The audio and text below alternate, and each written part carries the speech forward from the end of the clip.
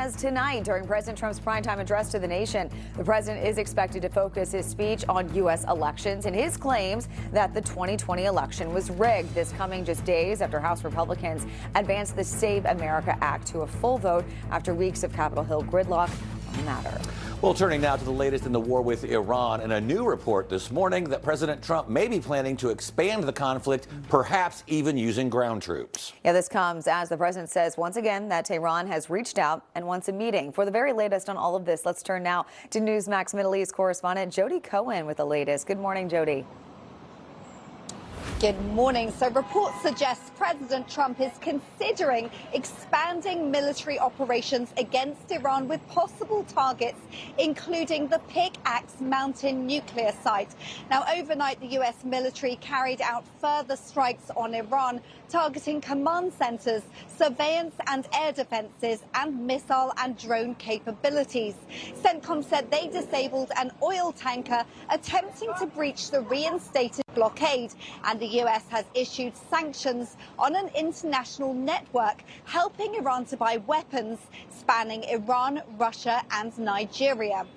While President Trump suggested Iran would now like to talk, a huge banner has been seen in Tehran showing President Trump in a coffin. This comes after recent calls to assassinate the president at the funeral of Iran's Ayatollah Khamenei. Iran says they have targeted American assets in Bahrain, Kuwait and Jordan with drones and ballistic missiles. And Iraq announced they intercepted a drone attack without identifying the source of the drones. Iran is now threatening to target infrastructure across the Gulf and Israel if President Trump attacks Iranian infrastructure. Israel's Defense Minister Katz has spoken with War Secretary Pete Hegseth about the situation, and Prime Minister Netanyahu has warned that if Iran strikes Israel, Israel will hit back even harder than last time. Back to you. All right, Jody Cohen live for us there in Israel. Okay, let's bring in former CIA Covert Operations Manager Mike Baker, along with National Iranian Congress Senate Chairman Amir Fakhravar. So good morning to you both. Mike, I want to start with you. So this morning, a spokesperson for Iran's central headquarters warning the U.S. that Tehran would unleash widespread military attacks across the region if the United States strikes key infrastructure in that country. But, I mean, come on. Is this just an empty threat from the regime, or is this something we should actually worry about? Well, I mean, it's not an empty threat. They've shown they've still got the ability to do it, right? There was a lot of talk in the immediate aftermath of the initial conflict that we had decimated their military, we had obliterated their military, and they've shown that they retain missile stockpiles. And look, we've struck over the course of 6 nights, well over several hundred targets, which indicates that we obviously did not decimate their missile supplies, stockpiles, launchers. So they do have the capability, right? And it does appear to defy logic when you look at the relative strengths. And most logical people would think, well, how come they have not negotiated in good faith? Well, the problem is they've never negotiated in good faith. So they're not going to change their stripes now.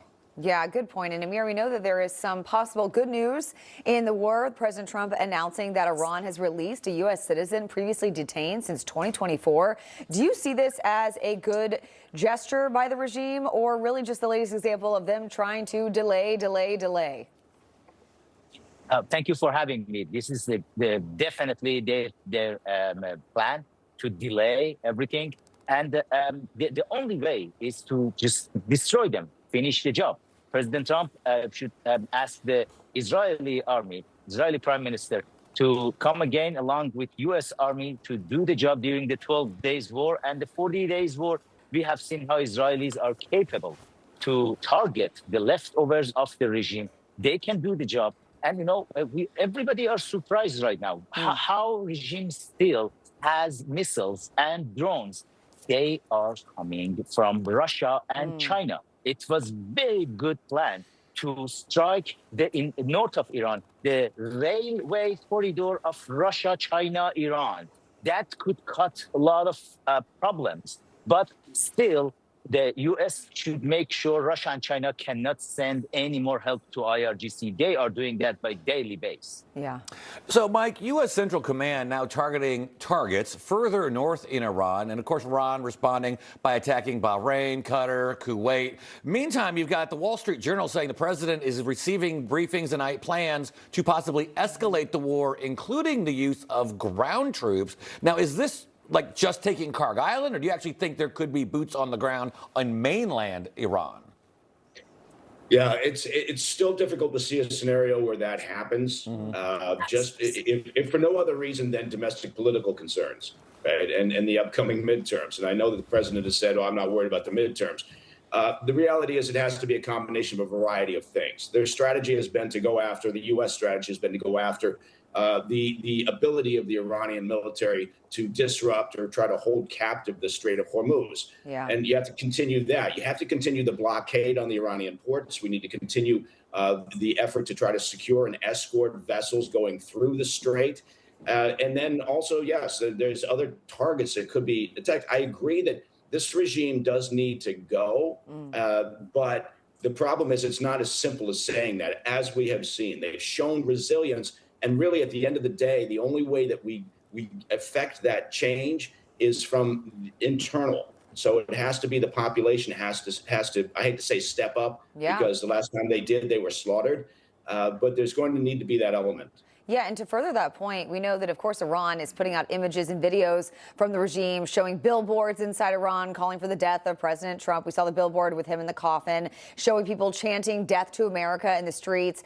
But Amir, is this really how the people of Iran feel, or is this a select few possibly paid or threatened by the government? This is regime's propaganda machine. Have been working for last 47 years. It was sad when I heard from Vice President J.D. Vance in his latest interview that Iranian peoples are something like that, the 94 million people who can just, if we destroy the regime, they are going to Europe and be terrorists. That was just nonsense. Iranians, it's 92 million Iranians inside the country, 10 million outside. We are talking about civilized people, about Persian Empire, the birthplace of civilization. Even for the funeral of the supreme leader, regime didn't have enough Iranians. They brought 80,000 terrorists from south of Iraq, from Afghanistan and Pakistan, and Houthis from Yemen and Hezbollah to make something like funeral for supreme leader, because the people of Iran, they were celebrating. The Iranian people, 99% of the society, we hate this regime. We are the troops on the ground for United States. United States doesn't need to send the troops in the mainland Iran, just probably grabbing 2 islands in the Persian Gulf at the Strait of Hormuz, maybe the Syriac island, not the Khark island, because it's not helpful, but the Syriac island is very helpful, very strategic. And yeah, to grab those islands and make sure the Strait of Hormuz is safe, then for sure, we, the Iranian people, we can finish the job inside with the help of U.S. government and Israeli government. This is very important to have the help of these 2 governments. That's right. Everyone working together. Well said. Amir, Mike, great to have you both with us this morning. Thank you, guys. Take care. Thank you.